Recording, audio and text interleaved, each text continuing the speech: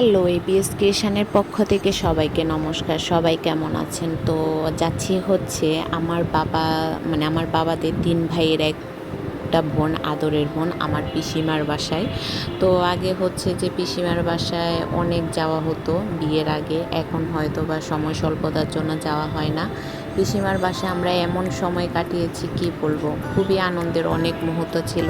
Even আমার লাইফে সবচেয়ে আমি মহামূল্যবান জিনিস পেয়েছি আমার পিসিমার বাসায় গিয়ে। যাই হোক, সেটা না হয় অন্য কোনো সময় বলবো।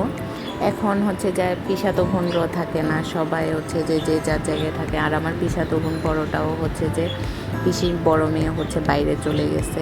ও থাকলে অ্যাটলিস্ট যাওয়া হতো।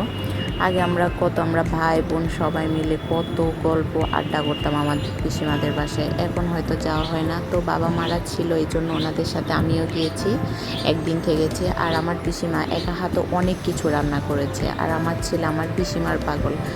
আমি না গেলেও সমস্যা নাই, আমার পিসিমা ফোন করে বলবে যে সোনককে নিয়ে আসার জন্য বলবে। তো যাই হোক, পিসিমার হাতে মজা মজা রান্না খেতে পারছি। তো আজকে শর্ট ভিডিও এতটুকুই। নমস্কার সবাইকে।